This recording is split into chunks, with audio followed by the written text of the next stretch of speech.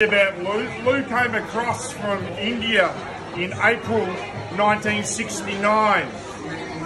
By June of 1969, he'd started work at A & Cook.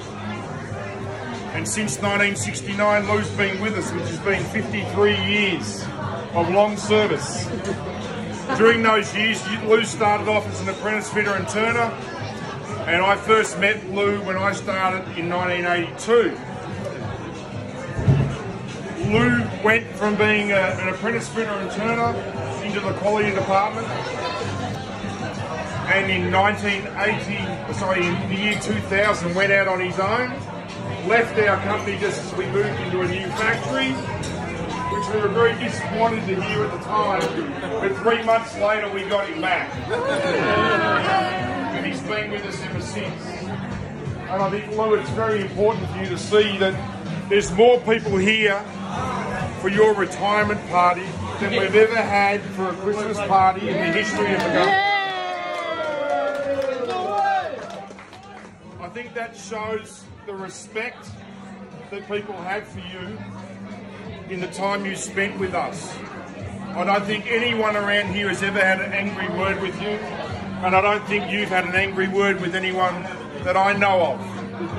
You'd have to be one of the most respected people who have worked for our company.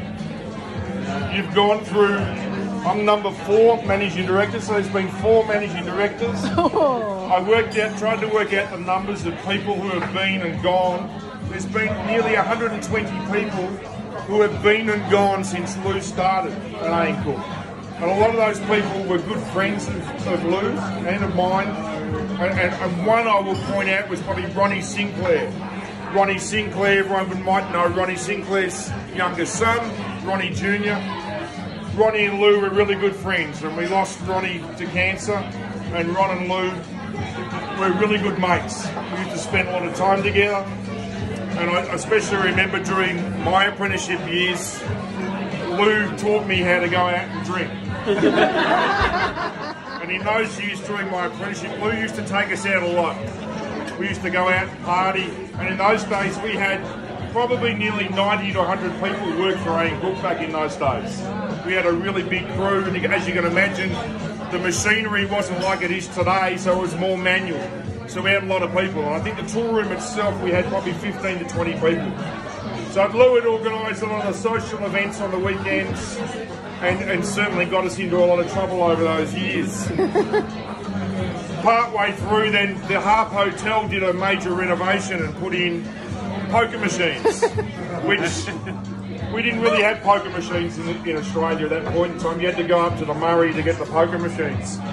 So Louis and I and a few of the boys in the tool room, I think we spent over a course of a year, every lunchtime we'd go up there, Louis, we'd have a few beers, we'd play the pokies, and sometimes we did get back a little bit late, but because we had Lou there, we knew we'd get away with it.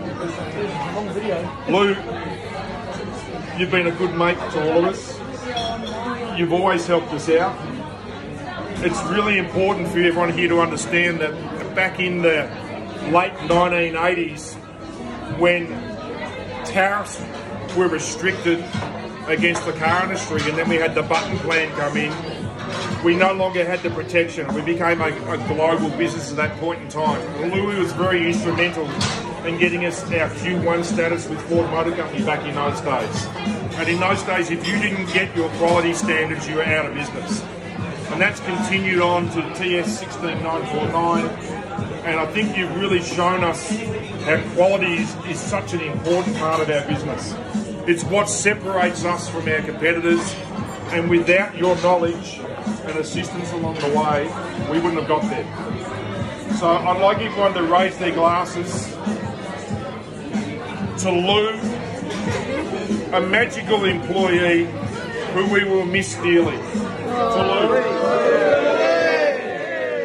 Yeah, Louis, just on behalf of everybody here, we'd like to pass on our thanks. Thank you. Cheers, Louis.